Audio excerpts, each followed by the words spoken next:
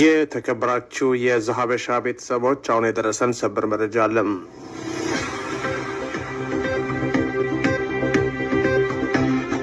ኢትዮጵያም ጭምር የተሳተፈችበት የተባበሩት መንግስታት ድርጅት የጸጥታው ምክር ቤት ስብሰባ ከደቂቃዎች በፊት ሲጠናቀቅ ምክር ቤቱ ዓለም አቀፍ ለጋሽ ድርጅቶች በትግራይ የሚያደርጉትን ድጋፍ በፍጥነት እንዲያሳድጉ ጠየቀ።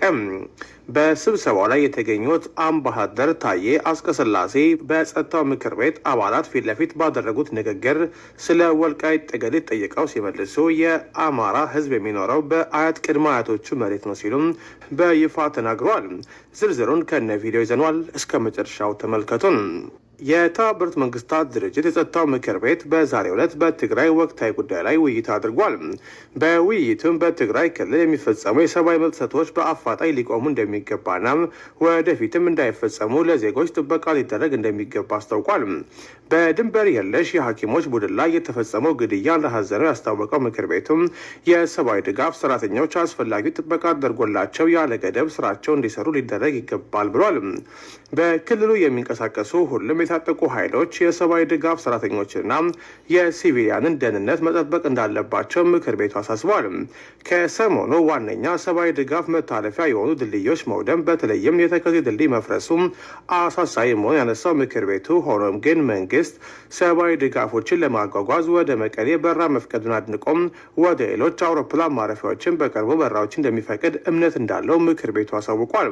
በክልሉ የሰብአዊ ድጋፍ ፈላጊዎች ቁጥር በእጅጉ እያሻቀ መምጣትና በተባበሩት መንግስታት ድርጅት ስር በሚገኙ የሰብአዊ ድጋፍ አቅራቢዎች አማካኝነት አሁን በትግራይ ውስጥ የተከማቸው የእርዳታ መጠን ከአንድ ወር በላይ መቆየት የማይችል መሆኑ በውይይት ተነስቷል።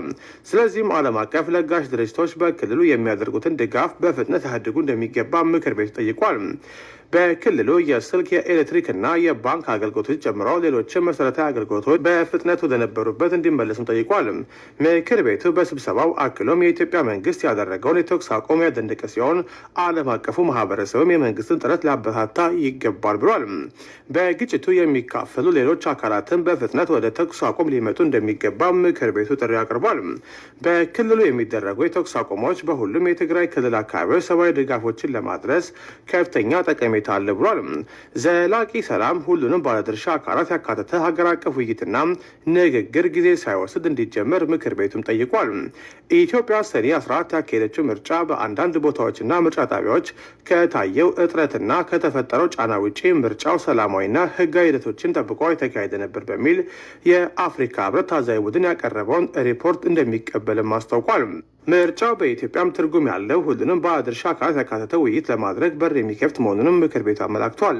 ህወሓት በጸጥታው ምክር ቤት ስብሰባ ያሰበውን ዛሬም አላገኘም። ደጋፊዎቹ የአፍሪካ ህብረትን አቋም ከሰሙ በኋላም አሁን ደግሞ አፍሪካዊም አይደለንም ማለት ጀምረዋል።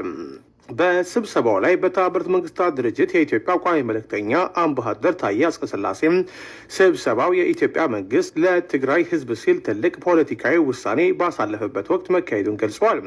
መንግስት ያወጀው የተናጠል ተኩስ አቁም በክልሉ የሚደረጉ የሰብአዊ ድጋፎችን ለማሳደግና ሁሉን አካታች ውይይት ለማድረግ ሰፊ ድል የሚፈጥር ነው ብሏል። መንግስት በበኩሉ እየተሰሩ ያሉ ስራዎች ሊበረታቱና እውቅና ሊሰጣቸው ይገባል ያሉት አምባሳደር ታዬ መንግስት በክልሉ የሚደረገውን ሰብአዊ ድጋፍ ለማሳደግ በሚለው የተኩስ አቁም ያወጀው ብሏል። ሆኖም ግን የህወሓት ኃይሎች በርካታ ትንኮሳዎችን እየፈጸሙ ነው፣ መንግስት ለትግራይ ህዝብ ሲል በሆደ ሰፊነት እያለፈ ነው ሲሉም ተናግረዋል። መንግስት አሁን ላይ ሰፋ ያለ ሰብአዊ ድጋፍ ስራ እንዲሰራ እድል ሰጥቷል። የኢትዮጵያ መንግስት አደጋ ስራ አመራር ኮሚሽንና 5 የተራድኦ ድርጅቶች በሁሉም የትግራይ ክልሎች ውስጥ ሰብአዊ ድጋፍ ለማድረስ እየሰሩ ነው ብሏል። የኢትዮጵያ መንግስት በትግራይ ያለውን ቀውስ ለመቅረፍ ከሁሉም ወዳጆች ጋር በቅርበት እንደሚሰራም አምባሳደሩ አሳውቋል። መንግስት በሰብአዊ መብት ጥሰት የተሳተፉ አካላትን ተጠያቂ ለማድረግ እየሰራ መሆኑን በመጥቀስ በሀገሪቱ ላይ ያለአግባብ የሚደረጉ ጫናዎች ሊቆሙ እንደሚገባም አምባሳደሩ ጠይቋል። የምክር ቤቱ አባላት ኢትዮጵያ እያሳለፈች ያለችው ፈተና ሊረዱ እንደሚገባና የኢትዮጵያ መንግስት ሰላምን ለማምጣት እየወሰደ ላለው እርምጃ ተገቢውን እውቅና ሊሰጡ እንደሚገባም ጠይቋል። ዓለም አቀፍ ለጋሽ ድርጅቶች በመላው ኢትዮጵያ ድጋፍ ለሚያስፈልጋቸው ዜጎች የሚያደርጉትን ሰብአዊ ድጋፍ እንዲያሳድጉም ጠይቋል። ስለ ወልቃይት ጠገዴ ጥያቄ የቀረበላቸው በተባበሩት መንግስታት የኢትዮጵያ አምባሳደር የሆኑት አምባሳደር ታዬ አጽቀሥላሴም አማራ በትክክለኛ መሬቱና በአያት ቅድመ አያቱ ርስት እንደሚኖር አስረድተዋል። ወልቃይት ጠገዴ በ1984 ዓ ም ከህግ አግባብ ውጭ ወደ ትግራይ መጠቃለሉና አማራዎች ለ30 ዓመታት ከርስታቸው መፈናቀላቸውን አስረድተዋል። የአምባሳደርን ሙሉ ንግግር ይከታተሉት። Mr. President, let me begin by congratulating you for assuming the presidency of the Security Council for the month. I assure you of my delegation's full support. Mr. President, my country, Ethiopia, is undergoing a significant transformation that requires delicate and context-driven handling of its domestic affairs. In our bilateral meetings with members of the Council and the informal dialogue we had last month, we have exchanged views and concerns, all of which the government of Ethiopia approached and acted upon in a constructive manner. This being said, Mr. President, I'm surprised by the rationales of calling for this open meeting. We are fully cognizant of the responsibility of this Council to work towards international peace and security. The very first requisite for this onerous responsibility is to encourage dialogue and prevent escalation through constructive engagement and reinforcement of achievements. This meeting is called at a time when the government of Ethiopia took bold measures and political decisions to meet the needs and well-being of its people affected by the law enforcement operation in Tigray. This measure should have encouraged our friends to give support and de-escalate the unhelpful pressure. Equally, we wish to express our appreciation to all of you for recognizing our resolve for peace behind this difficult initiative we have taken.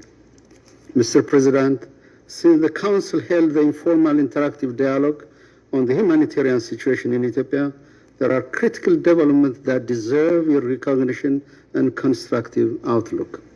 On 28 June 2021, the government of Ethiopia decided to cease the active military engagement of the Ethiopian National Defense Forces in the Tigray region. This decision for humanitarian ceasefire was reached after a concerted deliberation with various stakeholders and partners. We hope that this magnanimous and far-sighted decision will not be wasted by the irresponsible conduct of the TPLF group, which the government of Ethiopia opted to tolerate for the sake of the people of Tigray and to elevate the humanitarian situation in the region. The decision to cease military operation is hoped to create a conducive environment for humanitarian operation in Tigray. It will also pave the way for an inclusive national dialogue. The TPLF group that were pursuing continued its belligerence to protect few individuals. In furtherance of its agenda, it began conscripting young and elderly civilians, women and men, to fight highly trained and armed men of their country. This exposed the people in Tigray for the military confrontation that are not prepared for. Furthermore, it posed a risk for disruption to the agricultural season. The group's ethnically charged tactic of vying the people against the government is also found to be detrimental to our innate social fabric. As a result, the government of Ethiopia, as the bearer of their primary responsibility to protect its people, made a difficult political decision to suspend active military operation in favor of safeguarding the unity, sovereignty, and territorial integrity of the Ethiopian state. Now we believe we have created a space for unfettered humanitarian assistance and proper conduct for the agricultural planting season. In addition, we will augment humanitarian efforts in the region, including distribution of food and non-food items from warehouses across Tigray. The National Disaster Risk Management Commission and the 5 humanitarian agencies deployed in all waradas of the region are set to resume their function. Furthermore, we are in the process of adapting the humanitarian assistance guideline and coordination mechanism to the new development. Public services will also resume once we create a situation for the safe operation of the infrastructure and their operators. Mr. President, Ethiopia faces the inevitable journey of addressing the political and structural underpinnings of what we had experienced last November when our defense forces were attacked from within. The immediate need lies in creating an environment for the delivery of much-needed humanitarian assistance. In this regard, the government will continue to exert maximum effort and allocate the available resource toward this end. We welcome and appreciate the concern expressed by the Council members for our compatriots in Tigray who have regrettably sustained the brunt of the impact of the law enforcement operation due to the cowardly tactics of the TPLF group. It is important to underline that wounds and sufferings of all Ethiopians are unacceptable. The shortcomings in preventing these sufferings are not something the government belittles. In the same vein, we take our responsibility to ensure accountability and remedy these problems with maximum seriousness. For absolute clarity, I would like to reaffirm my government's firm commitment to these core responsibilities of the state. There certainly are internal as well as external factors that play into the security challenges we are facing. The external security threats against us through no fault or provocation on our part are complicating our internal political dynamics and distract us from key national priorities. I wish to implore this Council to act with full awareness of this external challenge Ethiopia is facing. Mr. President, following the organization of peaceful and successful national elections this month, efforts are now geared towards building a stronger, united, and democratic country. In this connection, the Ethiopian government is developing a roadmap for inclusive dialogue to ensure a lasting peace and stability. I want to reaffirm my government's resolve to continue ensuring accountability for human rights abuse and crimes committed in the Tigray region. We will make sure that impunity is not tolerated. We remain committed to work with all bilateral and multilateral partners through genuine partnership and understanding that the government of Ethiopia is more than capable of overcoming these challenges. We encourage Council members to play a constructive role in supporting the Ethiopian government in the implementation of the humanitarian ceasefire. We thank Council members who have welcomed this positive gesture again. In contrast, I would like to make it clear that the political pressure and hasty bilateral coercive measures against Ethiopia are unacceptable and violate basic tenets of international law. Excessive pressures will put this ancient country of 110 million people to the precipice and deep ravine with no possibility of recovery. The people of Ethiopia are indeed watching and should not perceive that our pronouncement is pushing them to the abyss and into the endless political fissure. For Ethiopia, it is a moment of introspection, a genuine revisit of our success and challenges. The main issue is how to heal our wounds. There are uncompleted grievings, mournings, such as the Maikadra massacre by the TPLF youth group, the suffering of the people of Walqait and Tagade, who have been evicted from their ancestral land over the last 30 years. So there needs to be proper closure. The political culture of impunity should have closure.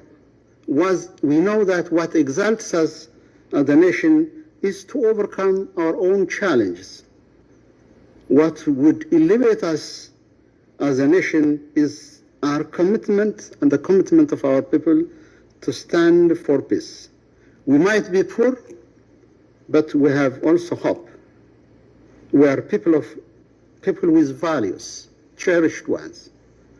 For Ethiopia, hope is still alive.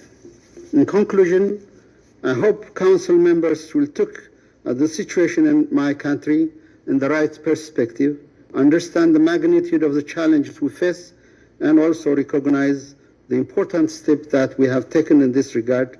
What we really need at the moment is the support, understanding, and solidarity of the international community. That's why I want to end by appealing to international partners and friends of our country to continue scaling up humanitarian support to meet humanitarian needs across Ethiopia. I thank Mr. President.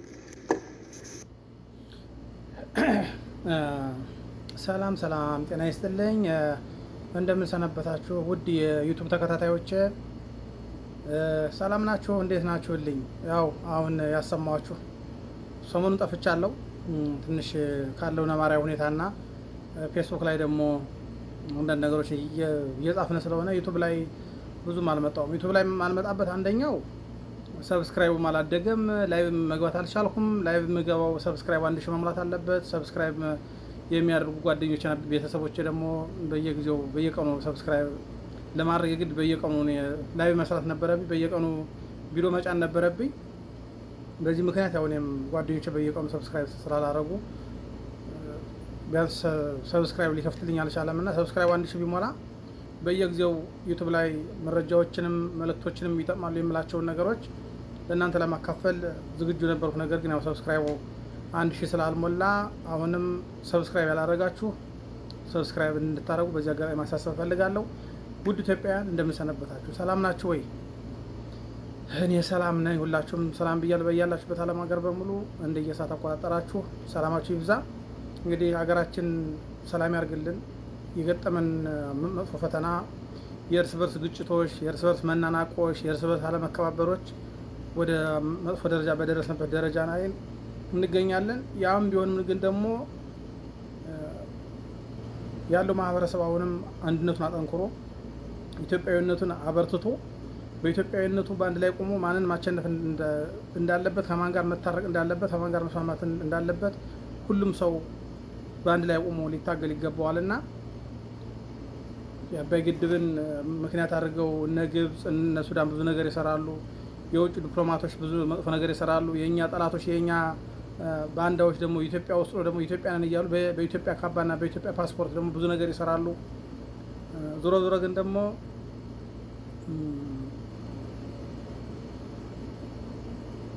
ምን ነው የሆነ ገጠመኝ ነገር አለ። ምንድነው? ልጁን ሰጥቶ ማዚያውን አይንሳ ይባላል። ልጁን ሰጥቶ ማዚያውን አይንሳ ማለት እንግዲህ ያው ልጁ ቢወለድም ማዚያውን ደግሞ ከሌላ ነገር ሊሰጥ ስለሚችል ልጁንም የሰጠው እግዚአብሔር ነው፣ ማዚያውን የሚሰጠው እግዚአብሔር ነው። ልጁን ሰጥቶ ማዚያውን አይንሳ ይባላል። ምን ለማለት ነው? አሁን የተናገረው አምባሳደር እንደሚታወቀው ድሮ ህወሓት እየመራ በነበረበት ጊዜ በውጭ ሀገር የነበሩ ዲፕሎማቶች በሙሉ ከዶክተር ቴዎድሮስ አዳኖም ጀምሮ በኢትዮጵያ ካባ ኢትዮጵያን ለማፍረስ ከሚሰሩ ኃይሎች ጋር አብረው የሚሰሩ ነበሩ። ነገር ግን ልጁን ሰጥቶ ማዚያውን አያንሳ ያልኩት አሁን የተናገረው አምባሳደር ግን እግዚአብሔር ይባርከው እና እናመሰግናለን። ከእውነት ጋር የቆመ ውድ የኢትዮጵያ ልጅ ነውና ልናከብርና ልናመሰግነው ይገባል። ምክንያቱም የተናገረው እውነት ነው። በተለይ በወልቃይት ጠገዴ ምክንያት የተናገረው ነገር ግልጽ ያስቀመጠው። እኔ አሁን ለምሳሌ የኛ ቤተሰቦች ሁመራ ከ81 ዓመተ ምህረት ጀምረው ቤታቸውን ለቀው በ83 ዓመተ ምህረት በ86 ዓመተ ምህረት ቤታቸውን ተወርሰው ሁመራ ከተማ ላይ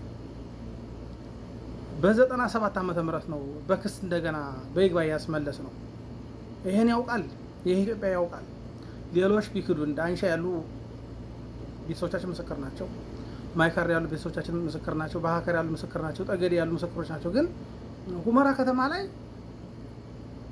አብዛኛው ማህበረሰብ ከዛ ያለው የጎንደር አካባቢ፣ የደባርቅ አካባቢ፣ የዳባት አካባቢ፣ የአርማጮ የጠገዴ ህዝብ ነው ያለና ይሄን በ30 ዓመት በተለያየ አጀንዳ ቀርጸው በተለያየ ምክንያት ጂኦግራፊውን ቀይረው ህገ መንግስት በራሳቸው አጽድቀው በዛ ላይ ለአማራው ሌላ ስም ሰጥተው እርስ በርስ እስከ መጋደል ያደረሱት ህዝብ ነው ነበርና አሁን ፈጣሪ ወዶትና ፈቅዶት በጊዜው በሰዓቱ ጊዜው ደርሶ ግዛቱ ተመለሰ። ግዛቱ ከተመለሰ በኋላ ደግሞ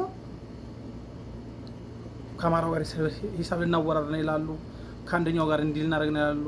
ከአማራ ምሁራኖች ጋር ሂሳብ ልናወራድ ነው እያሉ ፖለቲከኞች የፖለቲከኞችን ዝማሬ ሰምቶ ሌላ ወጣትም ከነሱ ጎን ሆኖ ህዝብን ይወጋል፣ ህዝብን ይገላል። በተለያዩ ምክንያት የጥላቻ ነገሮችን ሲያሰራጩ ቆይተው እነሱ የመረጡት ጠቅላይ ሚኒስትር እነሱ የመረጡት ምክትል ጠቅላይ ሚኒስትርና ጠቅላይ ሚኒስትር እነሱ በፈለጉት መንገድ ሳይሄድላቸው ስለቀረ እርስ በርሳቸው ባመጡት ጦርነት ስንት መከላከያ ሞተ፣ ስንት ምስኪን የትግራይ ልጅ ሞተ፣ ስንት ምስኪን መከላከያ ሞተ።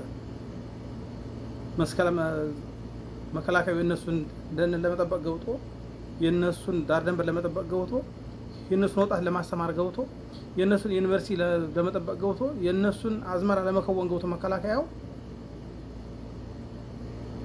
መከላከያውን በራሱ ልጆች በትግራይ በራሱ ልጆች በሴቶች በአዛውንቶች በቄሶች በሃይማኖት አባቶች ተከቦ ዛሬ ቪዲዮ እየቀረጹ ይኸው እንደዚህ ያደረግነው የኢትዮጵያ መከላከያ ሰራዊት የአብይ መከላከያ ሰራዊት የአማራ መከላከያ ሰራዊት የአማራ ልዩ ኃይል ምናምን እያሉ ይቀልዳሉ። ይሄ መከላከያ ሰራዊት ከጥቅምት 24 ጀምሮ ማርከው ያስቀመጡት ቤት ውስጥ የዘጉት ግቢ ውስጥ የዘጉት አሁንም ደግሞ አምኗቸው የነሱን እርሻ እንዲያርሱ አብራቸው እየጠበቀ ሌሎች ወረበላዎች ግዴታ ወደ ጦርነት ይዟቸው እንዳይሄዱ እነሱ ሊከላከሏቸው የሄዱትን ነው ያመኗቸውን ሰዎች አስረው አስገድደው ሲያበቁ ይኸው እንዲያደረግናቸው መሳሪያቸውን ቀማናቸው ይላል። ደግሞም ዛሬ የሚገርመው ደግሞ የውሸታቸው ጥግ ደግሞ በሁመራ በኩል ተማርኳል እያሉ ደግሞ ሲያወሩ ሰማን። ደግሞ እንግዲህ ሁመራማ ያሉ የኛ ዘመዶች አሉ። ሁመራ ያለው እኮ የአማራ ፋኖ፣ የአማራ ልዩ ኃይል፣ የአማራ ጸረ ሽምቅ ነው ያለው። ሁመራ አሁንም አለ፣ ነገም ይኖራል፣ ከነገ በኋላም ይቀጥላል።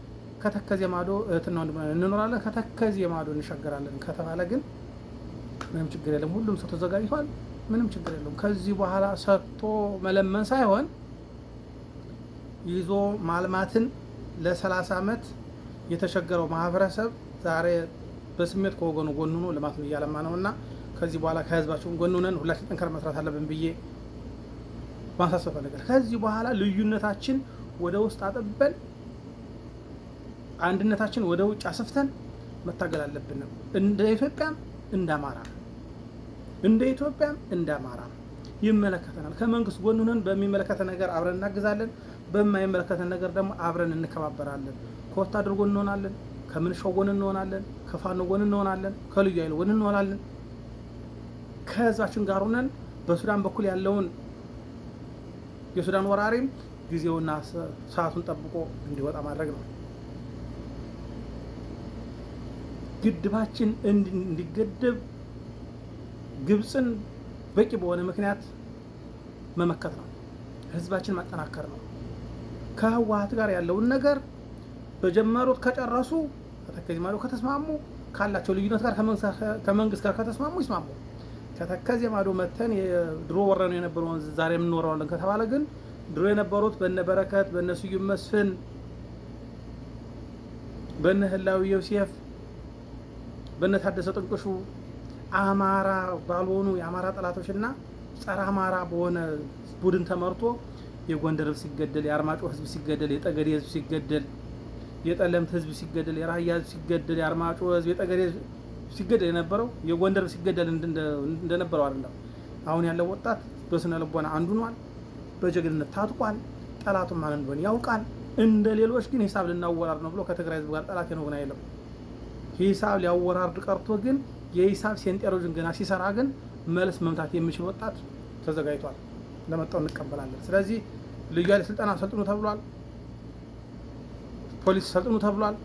የአማራ ክልል ፖሊስ፣ የአማራ ክልል ልዩ ኃይል፣ ምንሻው እያንዳንዱ በየሴክተር መስሪያ ቤቱ በወረዳ በቀበሌ በዞን ያላችሁ ሁሉ ከአመራሩ ጎን ናችሁ። ስልጠና ወሰዱ። ዳር ድንበራችሁን ጠብቁ። በሱዳን በኩል፣ በመተማ በኩል፣ በቋራ በኩል፣ በጠለምት በኩል፣ በወልቃይት በኩል፣ በሁመራ በኩል፣ በራያ በኩል ከሌሎች ኢትዮጵያውያን ጋር ዳር ድንበራችን ጠብቀን በእኛ ዘመን በእኛ ትውልድ ሀገራችን ማስከበር አለብን። ከወራሪዎች፣ ከካሃዲዎች፣ ከተላላኪዎች፣ ከውጭ ሀገር ደላላዎች ራሳችንን ለመከላከል አብረን መስራት አለብን። ኢትዮጵያዊነት ለዘላለም ትኖራለች። እኛም ለዘላለም የሚኖር ትውልድና ታሪክ የሚያስመዘግብ ትውልድ ሁላችን ሰርተን ማለፍ አለብን። ዛሬ የሚወራ ወሬ ጀነራል እንትና ሞተ፣ ኮይነር እንትና ሞተ፣ የለም የሚሞት የለም። ዳር ድንበሩን ካስመለሰ በኋላ ባንዳን ከቀበረ በኋላ ሀገራችን ኢትዮጵያን ከፍ ወዳለች ማማ ለመውሰድ ከጀግኖች ጋር አብረን እንሰራለን። ጀግና ይሞታል፣ ነገር ግን ጀግና ይተካል።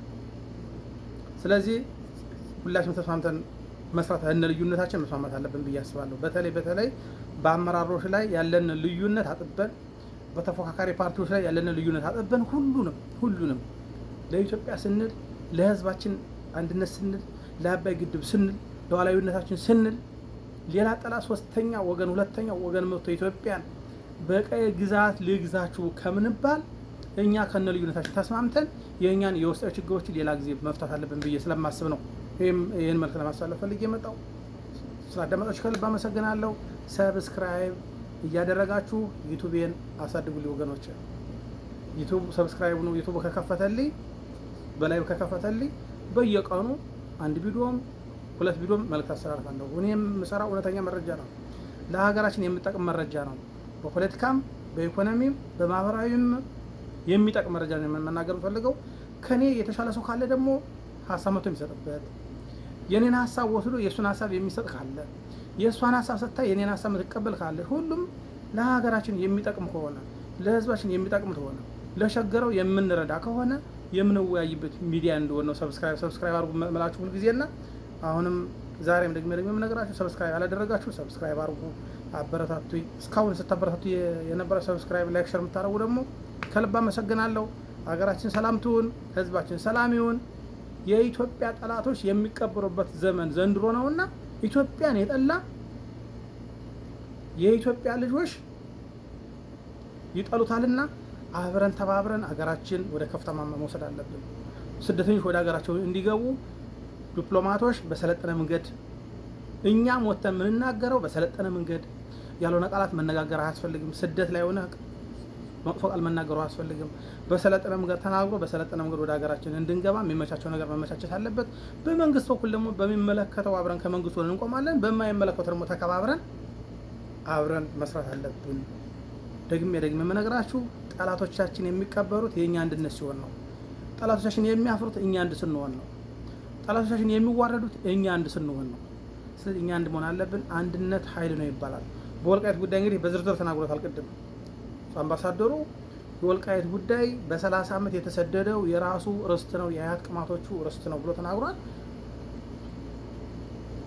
ግልጽ ነው። እኛ መቼም የሌላ ነገር ስጡን አላለም። መቀሌን ስጡን አላለም። አክሱምን ስጡን አላለም። ሽሬን ስጡን አላለም። የራሳችን የአባቱ የአያት ቅማቶቻችን መሬት ሁመራ ተከዜ ነው ደንበራችን ከትግራይ ጋር፣ ከኤርትራ ጋር ተከዜ ነው ደንበራችን፣ ከትግራይ ጋር ተከዜ ነው ደንበራችን። ሁመራ አማራ እንጂ ትግራይ ሆኖ አያውቅም። ሁመራ አማራ እንጂ አስመራ ሆኖ አያውቅም። ሁመራ አማራ እንጂ የሽሬ ግዛት የአክሱም ግዛት ሆኖ አያውቅም በሚለው ፊት ለፊት ነበር ስንታገል የቆየ ለ30 ዓመት ወገኖቻችን የሞቱበት፣ ወገኖቻችን ነፍጠኛ እየተባሉ አሸባሪ እየተባሉ ሽፍታ እየተባሉ የሌለ ስም ተሰጥቷቸው በአርማጮ በጠገዴ በወልቃይት ሲገደሉ የነበሩት እነዚህ ናቸው። ይህን ለውጥ ለማምጣት ነበር የእነሱ ህይወት አልፎ ለእኛ ነጻነት አልፈዋልና እኛ ደግሞ ይህን ነጻነት ለውጥ ካመጣው መንግስት ጋር ከነችግሩ መንግስትን ከነችግሩ ለዘራቂ ሰላም ለህዝባችን አንድነት ስንል ተባብረን መስራት እንዳለብን ይታየኛል። አብረን መስራት አለብን። አሁንም ስላዳመጣችሁ ከልብ አመሰግናለሁ ወገኖች። ወደ ኢትዮጵያውያን ሰላማችሁ ይብዛልኝ። ለኢትዮጵያ ስንል አብረን መቆም አለብን። በኢትዮጵያ በኩል አብረን መቆም ኢትዮጵያዊነትን ከፍ እናደርጋለን። በአማራነት አብሮ መቆም አማራነትን ከፍ እናደርጋለን። እያንዳንዱ ብሔር ብሔረሰብ የራሱን አቋም ይዞ ሲመጣ በኢትዮጵያዊነታችን ሁላችንም አንድ እንድንሆን በዛ አጋጣሚ ለሁሉም ሰው ማሳሰብ ፈልጋለሁ። እኔ የበኩሌን ሀሳብ ለመወጣት ዝግጁ ነኝ። የበኩሌን ስወጣ ደግሞ በአማራነትም በኢትዮጵያዊነትም ቁሜ ከሌሎች ጋር ተዋድጄ እንድኖር በወደ ሰፊነት በልዩነት ተከባብረን እንድንኖር ሁላችን አብረን መስራት አለብን። ኢትዮጵያን እግዚአብሔር ይባርክልን። ሰላም ሁኑልኝ።